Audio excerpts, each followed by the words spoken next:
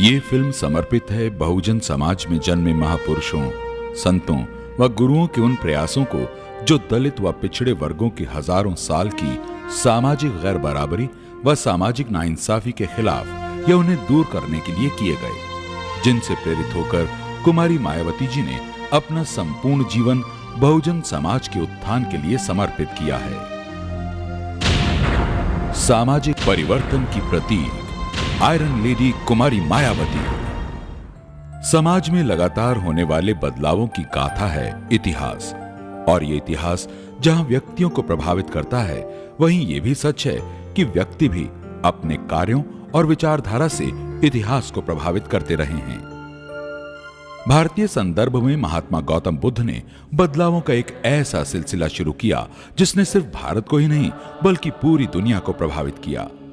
उस घटना को बीते सदियां गुजर गईं और इतिहास का यह लंबा सफर आज उस मुकाम पर पहुंचा है जहां उत्तर प्रदेश की 3 बार मुख्यमंत्री बन चुकी कुमारी मायावती जी पूरे भारत में सामाजिक परिवर्तन का प्रतीक बन गईं, और जिस कड़ाई और दृढ़ता से वे जीवन के हर पहलू में मूलभूत परिवर्तन कर रही हैं, उसकी वजह से लोग उन्हें सम्मान से आयरन लेडी के नाम से पुकारने लगे हैं। ये सब आने वाले भारत के इतिहास के पन्ने में सुनहरे अक्षरों में लिखा जाएगा।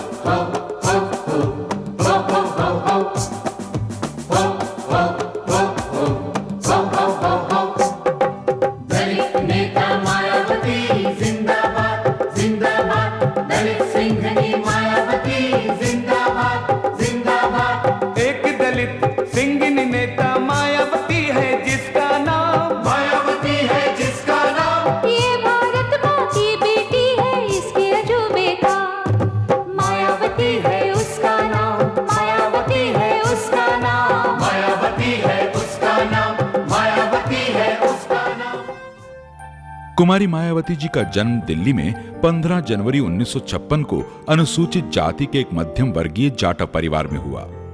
कुमारी मायावती जी के 6 भाई और 2 बहनें हैं। कुमारी मायावती जी के पिता का नाम श्री प्रभुदास जी है और माता का नाम श्रीमती रामरती है। आपके परिवार का मूल रूप से संबंध उत्तर प्रदेश के जिला गौतम बुद्ध नगर के गांव बादलपुर से है। कुमारी मायावती जी के पिता भारत सरकार में सेवारत थे और माता ने स्वरोजगार के जरिए अपने परिवार का पालन पोषण कड़ी मेहनत और सूझबूझ के साथ किया। कुमारी मायावती जी जिस तेजी से भारत की राजनीति में उभरी हैं, उससे राजनीतिक पंडित तो हैरान हैं ही, भारत की समस्त जनता भी चमत्कृत है। जब 3 जून 1995 को मायावती जी ने भारत के सबसे बड़े प्रदेश उत्तर प्रदेश की बागडोर मुख्यमंत्री के रूप में पहली बार संभाली, तो तत्कालीन भारतीय प्रधानमंत्री श्री नरसिम्हा राव ने उन्हें भारतीय लोकतंत्र का चमत्कार कहा। एक ऐसा चमत्कार, एक ऐसा पारस जिसने जिस चीज को छुआ उसका मूल स्वरूप ही बदल गया। कुमारी मायावती जी आज जनप्रिय नेता हैं।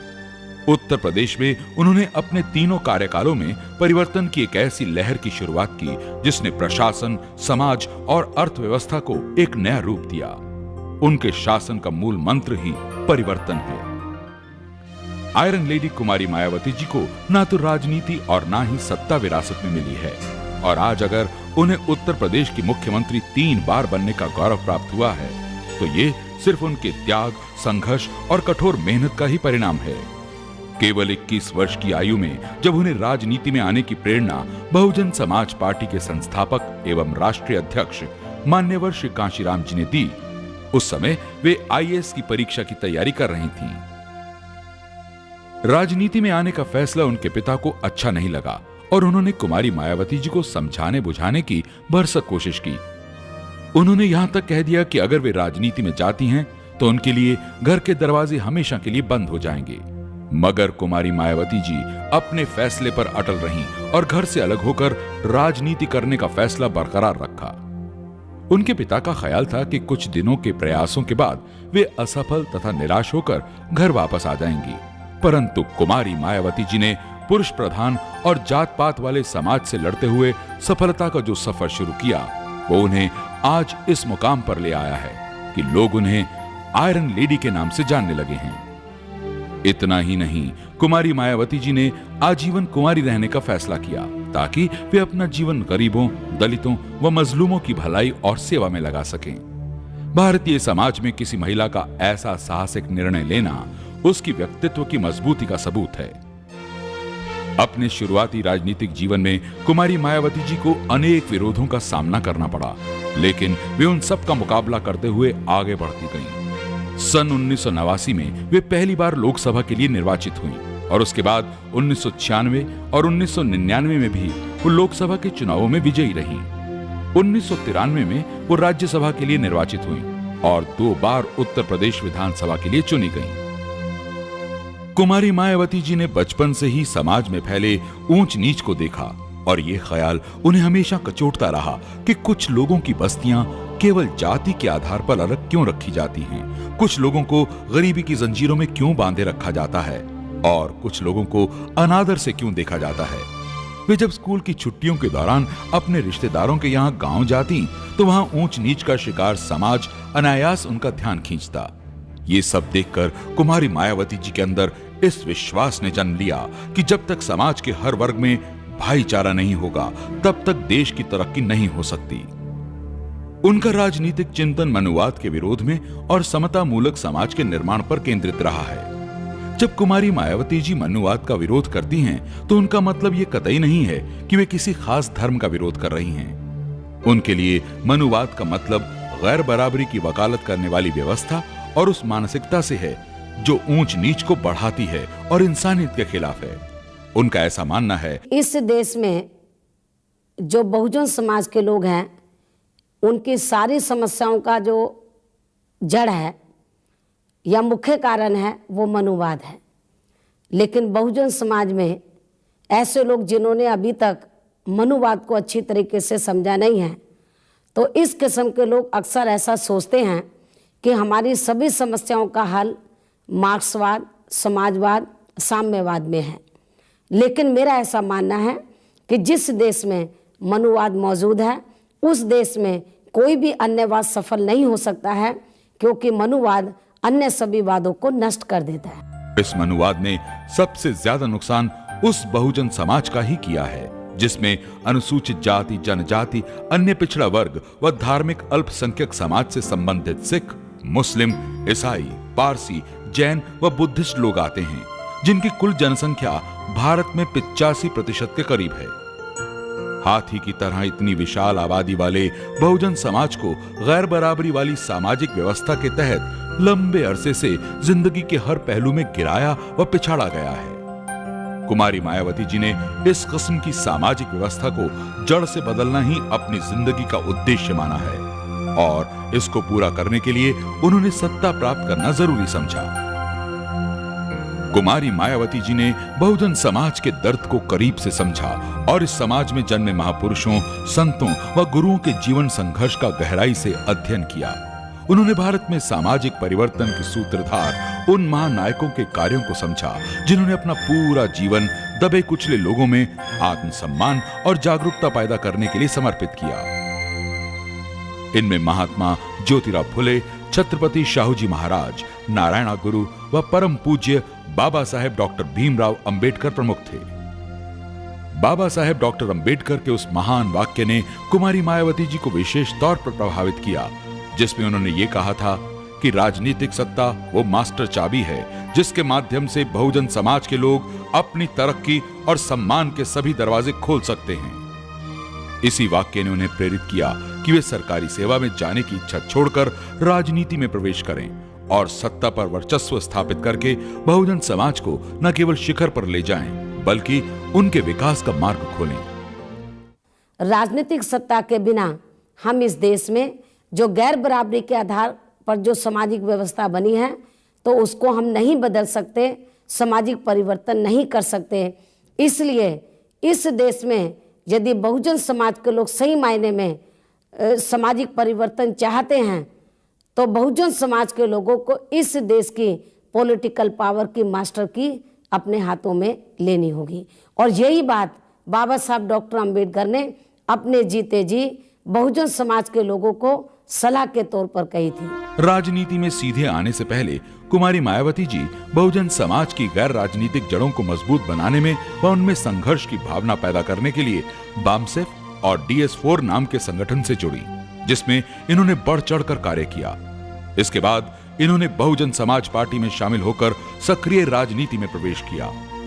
इन तीनों संगठन के जन्मदाता मान्यवर श्री कांशीराम जी हैं, जिनका जन्म पंजाब राज्य के रोपड़ यानी आज के रूपनगर जिले के ख्वासपुरा गांव में एक दलित परिवार में हुआ। 6 दिसंबर 1978 को बामसेफ और 6 दिसंबर 1981 को DS4 की स्थापना करने के बाद दिनांक 14 अप्रैल 1984 को मान्यवर श्री कांशीराम जी ने बहुजन समाज पार्टी का गठन किया और उसकी एकमात्र राष्ट्रीय उपाध्यक्ष कुमारी मायावती जी को बनाया। मान्यवर कांशीराम जी ने कुमारी मायावती जी के व्यक्तित्व में एक योग्य और समर्पित उत्तराधिकारी की भी झलक देखी। अनेक विरोधों के बावजूद वे दृढ़ता से कुमारी मायावती जी को आगे बढ़ने का मौका देते रहे और उनकी प्रेरणा व सहयोग की बदौलत कुमारी मायावती जी भारत के सबसे बड़े प्रदेश उत्तर प्रदेश की मुख्यमंत्री 3 बार बनने में सफल हुई। कुमारी मायावती जी ने राजनीतिक सत्ता को केवल एक जरिया समझा है और सत्ता रूपी मास्टर चाबी के माध्यम से वे केवल दलितों को ही नहीं बल्कि सारे समाज के हर वर्ग को तेजी से परिवर्तित कर रही हैं। सामाजिक परिवर्तन के लिए राजनीतिक सत्ता को मैं एक माध्यम मानकर चलती हूँ और मैं इस बारे में ये सोचती हूँ कि बड़े से बड़ा पद अथवा सत्ता हासिल करना मेरा मुख्य लक्ष्य नहीं है। ये तो माध्यम है उस बदलाव का तथा उस सामाजिक परिवर्तन का जो हम लाना चाहते हैं।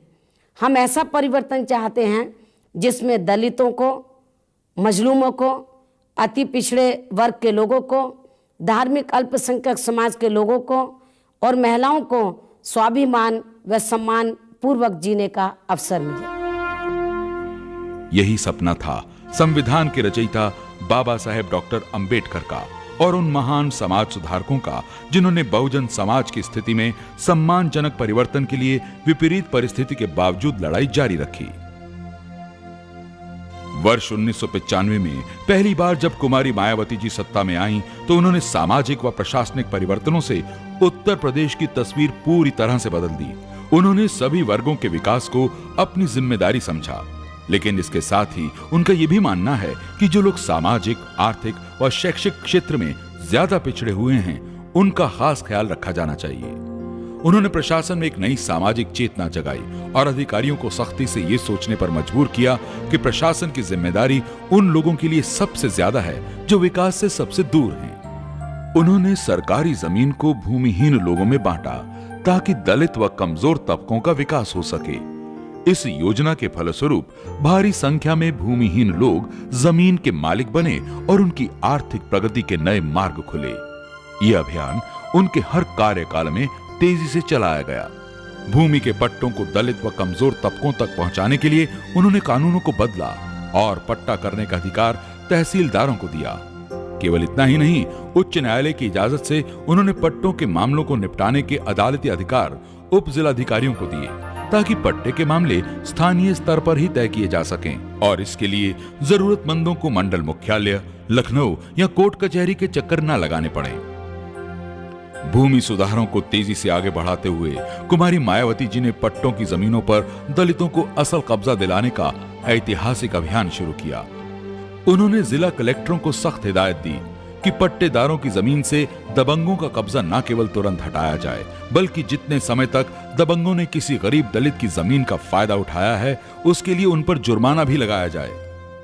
इस अभियान से पहली बार दलित व कमजोर तबकों को जीवन का सहारा मिला और उन्हें विश्वास हुआ कि सही मायनों में उनकी अपनी सरकार सत्ता में आ गई है। जब से ये सरकार उत्तर प्रदेश में मायावती जी की आई, तब से जो है एक अभियान टाइप का चला। उसमें जितने पट्टेदार हमारे यहाँ थे ग्राम सभा में करीब 150 के, लगभग सबको जो है एक तहसील से टीम बराबर आती रही और सारे पट्टेदारों को जो है जमीन नाप के जो है मौके पर दी गई। एक अन्य फैसला लेकर कुमारी मायावती जी ने ग्राम सभा की जमीन पर काबिज सभी अनुसूचित जाति जनजाति के लोगों को मालिकाना हक दे दिए और अदालतों में उनके खिलाफ बेदखली के तमाम मुकदमों को खत्म कर दिया। जिन लोगों ने ग्राम सभा की जमीन पर शुल्क टाइप के लोगों ने कब्जा कर लिया है, उनको उस जमीन का मालिक बना दिया जाए।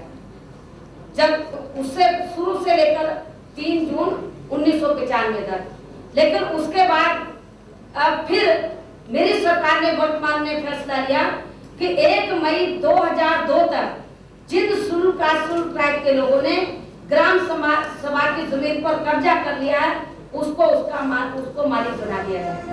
एक प्रकार से ये कदम उस नारे का नतीजा था जिसमें मान्यवर श्री कांशीराम जी ने बहुजन समाज से कहा था कि जो जमीन सरकारी है वो जमीन हमारी है। दलित व कमजोर तबकों के विकास में कुमारी मायावती जी का सबसे बड़ा योगदान और उपलब्धि डॉक्टर अंबेडकर ग्राम विकास योजना है, जिसके तहत उनके तीनों कार्यकालों में ऐसे 28,419 गांव चुने गए जिनमें दलितों की आबादी ज्यादा है।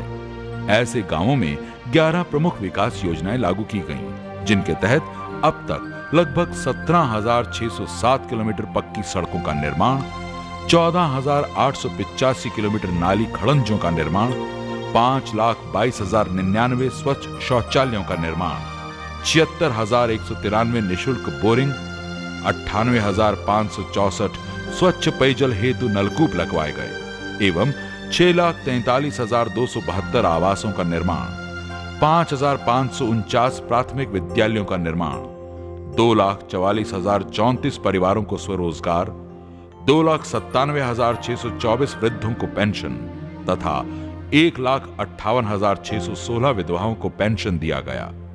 इसके अलावा 12,196 गांवों में बिजली लाकर सदियों से अंधेरे में जीवन गुजारने वाले दलित व कमजोर तबकों के जीवन में रोशनी का इंतजाम किया। डॉक्टर अंबेडकर देहातों में अपर कास्ट के लोग भी रहते हैं। 50% में यदि अनुसूचित जाति और जनजाति के लोग हैं तो 50% में दूसरे समाज के लोग भी रहते हैं। जब इन देहातों का विकास होता है तो उसका लाभ केवल दलित और पिछड़े वर्ग के लोग ही नहीं उठाएंगे, अपर कास्ट के लोग भी उठाएंगे। बाबा साहब डॉक्टर अंबेडकर का मानना था कि बहुजन समाज के लोग शिक्षित हों, संगठित बने और संघर्ष करें, लेकिन मनुवादी व्यवस्था में भारत के अनुसूचित जाति, जनजाति व पिछड़े वर्ग के लोगों को आडंबरों के बल पर शिक्षा से दूर रखा गया ताकि वे हमेशा दूसरों की सेवा करते रहें और गुलामों की जिंदगी बसर करें। इस व्यवस्था को केवल शिक्षा के जरिए ही बदला जा सकता था। खुद कुमारी मायावती जी ने उच्च शिक्षा प्राप्त की है। उनके पास BA, B.Ed व LLB जैसी डिग्रियां हैं। सत्ता में आते ही उन्होंने यह भी सुनिश्चित करवाया कि दलित, पिछड़े व अल्पसंख्यक वर्ग के बच्चे अनपढ़ ना रहें, बल्कि पढ़ लिखकर समाज के अन्य वर्गों के साथ कंधे से कंधा मिलाकर जीवन के रास्ते पर आगे बढ़ सकें। इसके लिए उन्होंने फैसला लिया कि सभी दलित छात्रों और छात्राओं की छात्रवृत्ति दुगनी कर दी जाए। ये बच्चे शिक्षित होकर समाज की मुख्य धारा से जुड़ सकें। पुरानी व्यवस्था के अनुसार छात्रों को वजीफे तब मिलते थे जब इम्तिहान हो चुके होते थे, जिससे उसकी उपयोगिता कम हो जाती थी।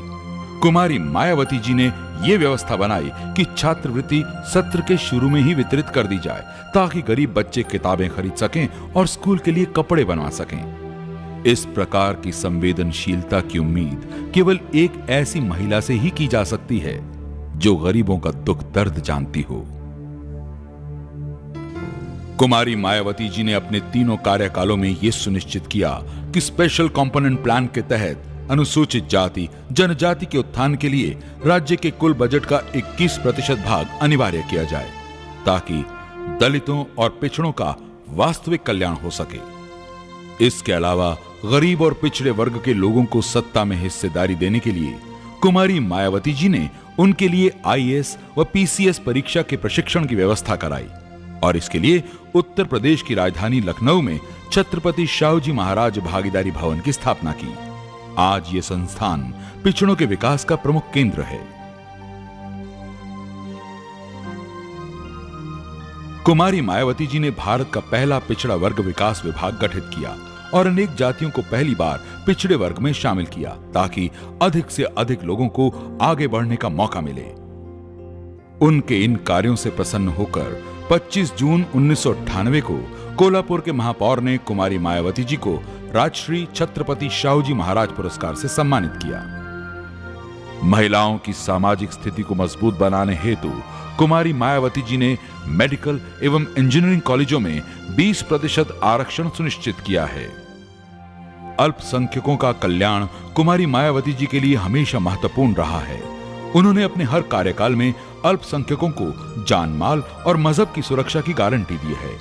उनके कल्याण के लिए उन्होंने अलग से अल्पसंख्यक कल्याण विभाग का भी गठन किया और भारत में पहली बार अल्पसंख्यक छात्रों को वजीफा भी दिलाया। मार्च 2003 में कुमारी मायावती जी ने जैन समुदाय को अल्पसंख्यक वर्ग का दर्जा देते हुए उन्हें उन सभी सुविधाओं का हकदार बना दिया जो कि भारतीय संविधान में दी गई है। 1995 में जब विश्व हिंदू परिषद ने कृष्ण जन्मभूमि शाही मस्जिद पर महायज्ञ करने की कोशिश की तो कुमारी मायावती जी ने कठोर फैसला लेकर किसी भी प्रकार का समझौता करने से इनकार कर दिया। इसी प्रकार 1997 में वाराणसी में एक विवादित कार्यक्रम की इजाजत भी उन्होंने नहीं दी क्योंकि इस कार्यक्रम से सांप्रदायिक सौहार्द बिगड़ने का खतरा था। इस बात से इनकार नहीं किया जा सकता कि कुमारी मायावती जी के शासनकाल में मुस्लिम समाज के लोग पूरी तरह से सुरक्षित रहे और कुमारी मायावती जी पर उनको पूरा भरोसा रहा। जहां कुमारी मायावती जी ने दबे कुचले लोगों को न्याय देने का बीड़ा उठाया, वहीं उन्होंने समाज के अन्य वर्गों अर्थात सवर्णों को भी जिंदगी के हर पहलू में न्याय दिया। कुमारी मायावती जी ने अपने हर कार्यकाल में प्रदेश की अर्थव्यवस्था को मजबूत बनाने के लिए प्रभावी कदम उठाए हैं।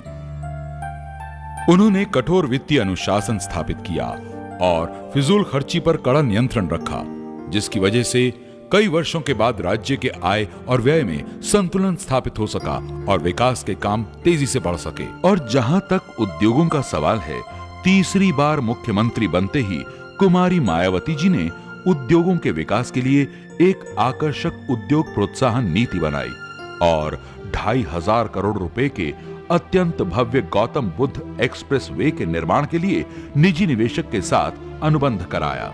इसके अलावा उन्होंने उत्तर प्रदेश में 4 विशेष आर्थिक परिक्षेत्र भी स्थापित किए और पूरे राज्य के औद्योगिक माहौल को बदल दिया।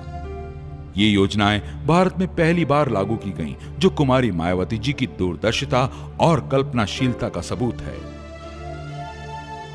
एक महिला होने के नाते कुमारी मायावती जी ने समाज के हर पीड़ित वर्ग के प्रति अपनी संवेदना व्यक्त की और पोलियो तथा कुष्ठ रोगों के खिलाफ एक अत्यंत ही प्रभावी अभियान अपनी व्यक्तिगत देखरेख में आरंभ किया।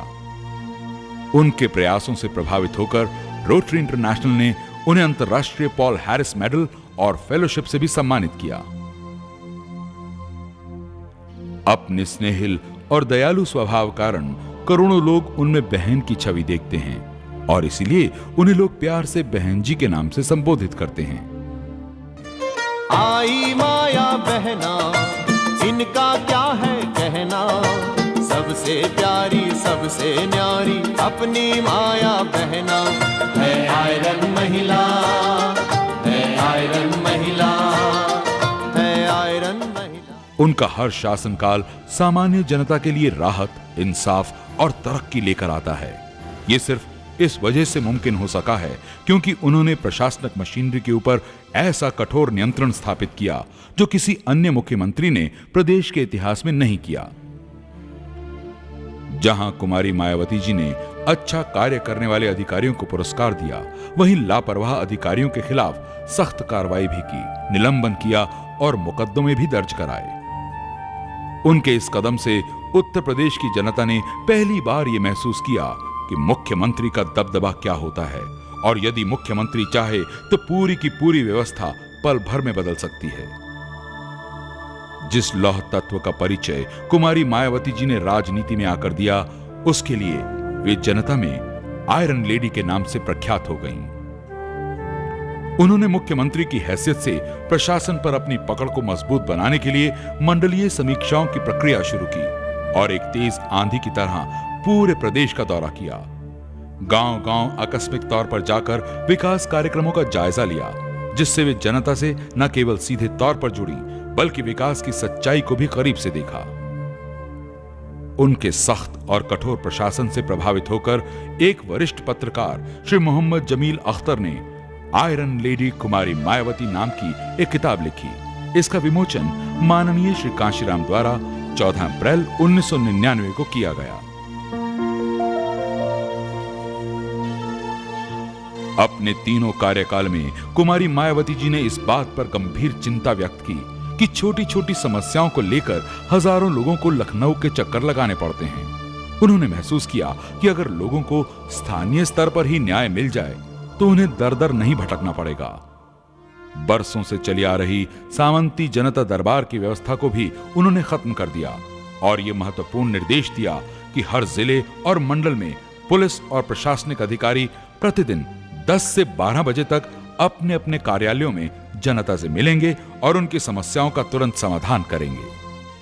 उत्तर प्रदेश की जनता की जो समस्याएं हैं जिला स्तर पर और तहसील स्तर पर, ये सारी बातों को ध्यान में रखते हुए जनता को कोई तकलीफ ना हो, तो हमने हर जिला हेडक्वार्टर में, तहसील हेडक्वार्टर में तो ये व्यवस्था की कि रोजाना प्रातः 10 बजे से लेकर 12 बजे तक अधिकारी बैठेंगे और उनकी समस्याओं को सुनकर उनका निराकरण करेंगे। आयरन लेडी मायावती का हर शासनकाल जहां जनता के लिए शांति और अमन चैन लाता है, वहीं प्रदेश के माफिया, गुंडों, बदमाशों और अपराधियों को जेल की यात्रा भी कराता है।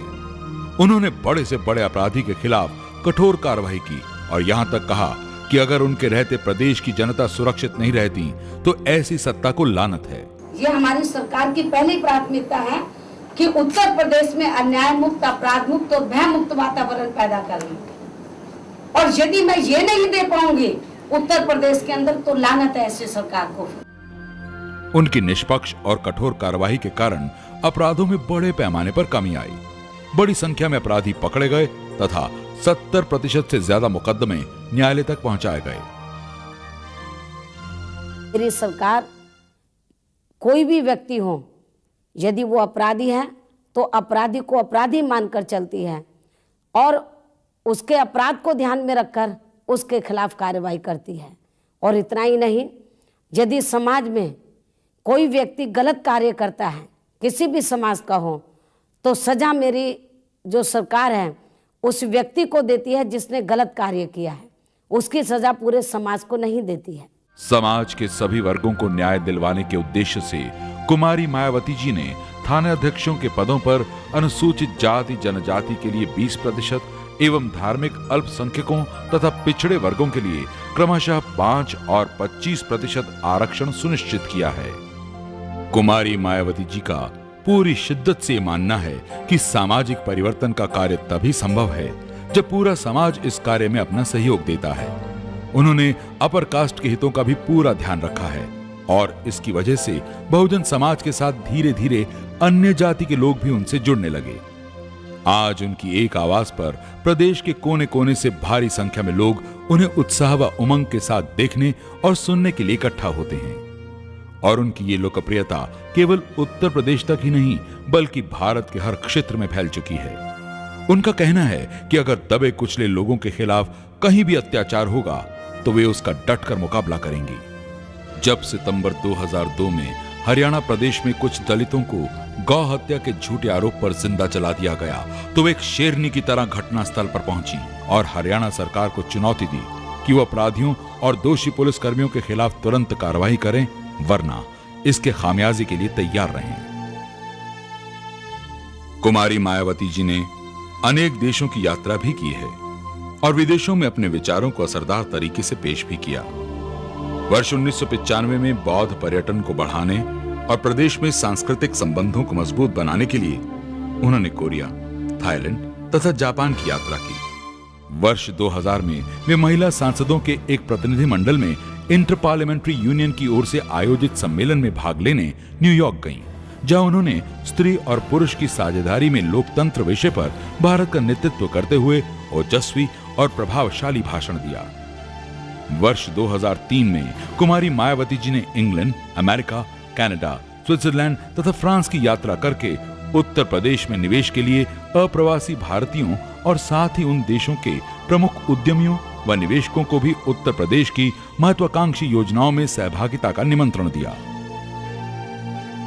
कुमारी मायावती जी ने इतिहास का गहन अध्ययन किया है और यह महसूस किया कि इतिहास हमेशा सामाजिक परिवर्तन के महानायकों को नजरअंदाज करता रहा है। उन्होंने यह भी पाया कि बहुजन समाज में जन्मे महापुरुषों को सुनियोजित तरीके से केवल जातीय अथवा वर्ग विशेष का प्रतिनिधि बनाकर प्रस्तुत किया गया, जिससे इनके व्यक्तित्व की महानता समाज में कम महसूस हो और वे केवल जातीय नेता के रूप में जाने जा सकें। इसके लिए कुमारी मायावती जी ने इन महापुरुषों के असली संदेशों को जन जन तक पहुंचाने का बीड़ा उठाया, ताकि लोग उनके व्यक्तित्व और उनके सामाजिक योगदान से परिचित हो सकें। अपने पहले कार्यकाल में ही कुमारी मायावती जी ने बहुजन समाज में जन्मे महात्मा ज्योतिबा फुले, छत्रपति शिवाजी महाराज, नारायण गुरु, बाबा साहेब डॉक्टर अंबेडकर, महात्मा गौतम बुद्ध, संत रविदास व संत कबीर आदि अनेकों महापुरुषों को आदर सम्मान दिया। उन्होंने इन महापुरुषों के नाम पर कई शिक्षण संस्थाओं अर्थात यूनिवर्सिटीज व कॉलेजों का नामकरण किया। नए जिले बनाकर उन्हें सामाजिक परिवर्तन के महानायकों का नाम दिया और पूरे प्रदेश में इनकी भव्य प्रतिमाएं स्थापित की, स्मारकों का निर्माण कराया तथा पुरस्कारों को देने की व्यवस्था भी की। इस श्रृंखला में दो सबसे बड़े योगदान प्रदेश की राजधानी लखनऊ में स्थापित परिवर्तन चौक और बाबा साहेब डॉक्टर भीमराव अंबेडकर स्मारक हैं, जहां परिवर्तन चौक सामाजिक परिवर्तन की शाश्वत परंपरा की याद दिलाता है, वहीं डॉक्टर अंबेडकर स्मारक दलित व कमजोर तबकों के हकों के लिए संघर्ष करने वाले बाबा साहेब डॉक्टर अंबेडकर की स्मृति के प्रति उनकी विनम्र श्रद्धांजलि है। ये दोनों स्मारक आज पूरे भारत में दलितों, पिछड़ों, वंचितों व अल्पसंख्यकों के लिए तीर्थ बन चुके हैं और उनकी भावनाओं का केंद्र बन गए हैं। बाबा साहेब डॉक्टर अंबेडकर स्मारक जैसा भव्य निर्माण पूरे भारत में कहीं और देखने को नहीं मिलता। इस स्मारक का निर्माण लगभग 100 करोड़ रुपए की लागत से कराया गया है, जो कि 44 एकड़ में फैला हुआ है। इस स्मारक में डॉक्टर अंबेडकर के जीवन के विभिन्न आयामों को दर्शाते हुए 8 भव्य चित्र एक आर्ट गैलरी में प्रदर्शित हैं। स्मारक के गर्भगृह में डॉक्टर अंबेडकर की बैठी मुद्रा में एक विशाल प्रतिमा स्थापित है, जो उनके व्यक्तित्व की महानता एवं भव्यता को दर्शाती है।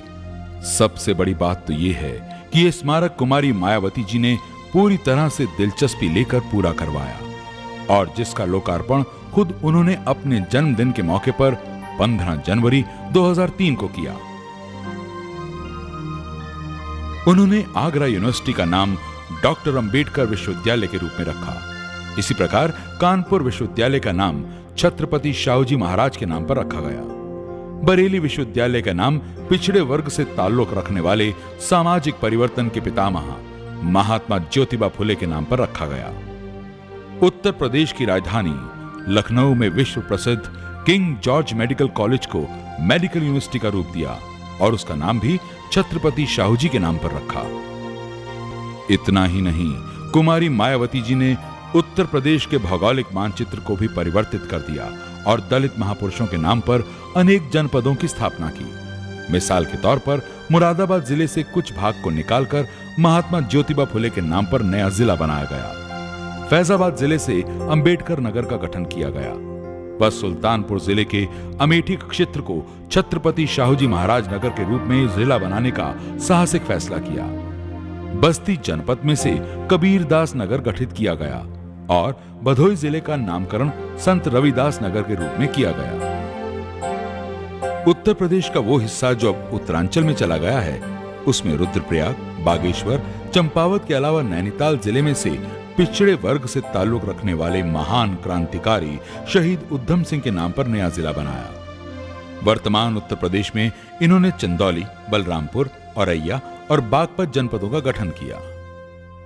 इसके साथ ही उन्होंने सहारनपुर, मिर्जापुर और बस्ती मंडलों की स्थापना की व करीब 40 नई तहसीलें भी स्थापित की। इन परिवर्तनों का उद्देश्य जिलों और मंडलों को छोटा करना था, ताकि जनता को सुविधा पहुंचे और उनके काम आसानी से हो सकें। भारत में सामाजिक परिवर्तन के महानायकों के जीवन संघर्ष को भावी पीढ़ियों के लिए सुरक्षित रखने के लिए कुमारी मायावती जी ने लखनऊ में डॉक्टर अंबेडकर स्मारक के समीप ही 25 एकड़ में लगभग 60 करोड़ की लागत से एक प्रतिष्ठित डॉक्टर अंबेडकर भारतीय सामाजिक परिवर्तन साहित्य संस्थान एवं संग्रहालय का कार्य भी आरंभ कराया। इस संस्थान व संग्रहालय में दलित समाज के अनेक महापुरुषों की कृतियों, उनसे संबंधित वस्तुओं, चित्रों, पांडुलिपियों तथा प्रतिमाओं का अद्भुत एवं विलक्षण संग्रह होगा, जो समस्त भारत के लोगों को निरंतर इन महापुरुषों के संघर्ष एवं संदेश से प्रेरित करेगा।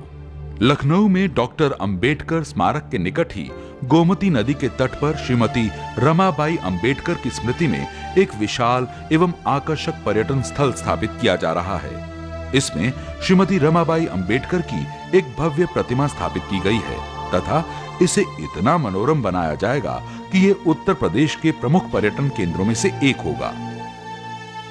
बहुजन समाज को शिक्षित करने के उद्देश्य से कुमारी मायावती जी ने लखनऊ में अनुसूचित जाति जनजाति के छात्रों को उच्च स्तरीय शैक्षणिक व आवासीय सुविधा उपलब्ध कराने के लिए 103 कमरों का एक विशाल छात्रावास निर्मित कराया, जिसका उद्घाटन उन्होंने डॉक्टर अंबेडकर के जन्म दिवस दिनांक 14 अप्रैल 2003 को किया। महात्मा गौतम बुद्ध ने भारत में सामाजिक गैर बराबरी और आडंबर के खिलाफ 2500 साल पहले अपनी आवाज उठाई थी। उनका धर्म भारत में तो समय के साथ कमजोर पड़ गया, लेकिन विश्व में उसका अच्छा विस्तार हुआ। सन 1956 में डॉक्टर अंबेडकर ने इस धर्म को अंगीकार करके भारत के दबे कुचले लोगों को स्वाभिमान से जीने का रास्ता दिखाया। वर्तमान में कुमारी मायावती जी ने महात्मा बुद्ध के संदेश को जन जन तक पहुंचाने का काम जिस गंभीरता और समर्पण की भावना से किया है, वो सराहनीय है। उन्होंने प्रदेश के सबसे संपन्न भाग नोएडा व ग्रेटर नोएडा तथा आसपास के कुछ इलाकों को मिलाकर 1995 में एक नए जनपद का गठन किया और उसका नाम गौतम बुद्ध नगर रखा। पडरौना जनपद, जहां महात्मा बुद्ध ने अंतिम सांसें ली थीं, उसका नाम बदलकर कुशीनगर कर दिया गया। महात्मा बुद्ध के नाम पर गौतम बुद्ध नगर में एक विश्व स्तरीय विश्वविद्यालय की स्थापना की गई और इसी क्षेत्र में नोएडा और ग्रेटर नोएडा के मध्य उच्च श्रेणी का गौतम बुद्ध हाईवे स्थापित किया गया। उत्तर प्रदेश के बौद्ध पर्यटक स्थलों को अंतर्राष्ट्रीय नक्शे पर लाने के लिए कुशीनगर में अंतर्राष्ट्रीय हवाई अड्डा बनाए जाने की योजना भी कुमारी मायावती जी ने बनाई है। महात्मा बुद्ध की मां महामाया के नाम पर भी एक नया जिला गठित किया गया। कुमारी मायावती जी ने बहुजन समाज को जिंदगी के हर पहलू में दिमागी तौर पर तैयार करने के लिए बहुजन समाज और उसकी राजनीति नाम की एक पुस्तक भी खुद लिखी है, जिसमें उनके विचार व संदेश शामिल हैं। जिस प्रकार का वातावरण हमने देश के सबसे बड़े प्रदेश उत्तर प्रदेश में पैदा किया है, डेवलपमेंट के बारे में, लॉ एंड ऑर्डर के मामले में, तो इसी किस्म का वातावरण देश के हर प्रदेश में पैदा होना चाहिए। कुमारी मायावती जी का संपूर्ण चिंतन सामाजिक परिवर्तन पर केंद्रित है। वो हर उस चीज को परिवर्तित करना चाहती हैं जो गैर बराबरी, अन्याय या उत्पीड़न का शिकार है। कुमारी मायावती जी ने समाज परिवर्तन का यह संपूर्ण महायज्ञ मान्यवर श्री कांशीराम जी के निरंतर सहयोग और मार्गदर्शन में चलाया हुआ है। उन्होंने श्री कांशीराम जी से न सिर्फ प्रेरणा प्राप्त की है, बल्कि कदम कदम पर उनका आशीर्वाद भी उन्हें मिला। मान्यवर श्री कांशीराम जी को उनमें सामाजिक परिवर्तन के मिशन की सच्ची लगन दिखी और इसी को ध्यान में रखकर उन्होंने 15 दिसंबर 2001 को लखनऊ की एक विशाल महारैली में कुमारी मायावती जी को अपना राजनीतिक उत्तराधिकारी भी घोषित किया। कुमारी मायावती जी की विजय यात्रा जारी है। उनके लिए विजय का अर्थ किसी पद को पाना नहीं, बल्कि उस मिशन को पूरा करना है जिसको उन्होंने अपने जीवन का उद्देश्य समझा है। दिनांक 15 जनवरी 2003 को कुमारी मायावती जी ने अपने खुद के जन्मदिन के मौके पर बोलते हुए ये कहा था, जो मैंने अपनी जिंदगी का लक्ष्य रखा है कि मैं इस देश में जो करोड़ों दबे कुचले लोग हैं उनके हितों के लिए मैं संघर्ष करती रहूंगी और ये मैंने अपनी जिंदगी में फैसला लिया है। और मैं आपको विश्वास दिलाना चाहती हूँ, मेरी जिंदगी का एक एक पल जब तक मैं जिंदा रहूंगी बहुजन समाज के हित में लगेगा। अपने इसी उद्देश्य को पूरा करने के लिए वे पूरी तेजस्विता और ओज के साथ समाज के हर हिस्से में परिवर्तन के बीज बो रही हैं और उन सपनों को साकार कर रही हैं जो महात्मा बुद्ध, संत कबीरदास, संत रविदास, महात्मा ज्योतिबा फुले, छत्रपति शाहूजी महाराज, नारायण गुरु और बाबा साहेब डॉक्टर अंबेडकर ने देखा था। भारत की जनता के लिए आज सामाजिक परिवर्तन की शाश्वत परंपरा की सबसे महत्वपूर्ण और मजबूत प्रतीक हैं, जिसे देश में अब आयरन लेडी बहन कुमारी मायावती जी के नाम से जाना जाता है। सबके साथी मायावती जिंदाबाद जिंदाबाद, मायावती जिंदाबाद जिंदाबाद जिंदाबाद। सामाजिक परिवर्तन की लड़ाई मायावती लड़ती आई है। पिछड़े वर्गों की